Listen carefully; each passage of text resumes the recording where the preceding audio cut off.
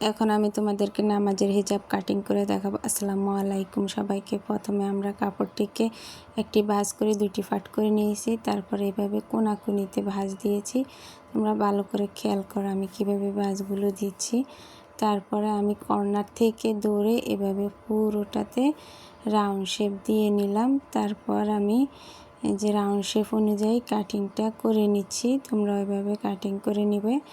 আর সবগুলো নামাজের হিজাবে নিচ থেকে একটু জোড়া পরে যদি বড় করতে চাও, এই যে এইভাবে জোড়াটা দিয়ে দিবে। আমি কিভাবে দিচ্ছি দেখো, কাপড়টাকে নিচে রেখে তারপর আমি জোড়ার জন্য কেটে নিচ্ছি।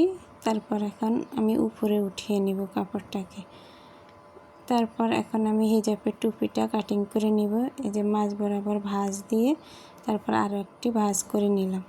তারপর আমি 7 ইঞ্চি চওড়া এবং 4 ইঞ্চি লম্বা নিয়ে রাউন্ড শেপ করে কাটিং করে নিব। আমার ভিডিওটা যদি ভালো লেগে থাকে লাইক, কমেন্ট, শেয়ার এবং ফলো করে দিবে। আর আমার হিজাব কাটিংটা তোমাদের কাছে কেমন লেগেছে কমেন্ট করতে পারো।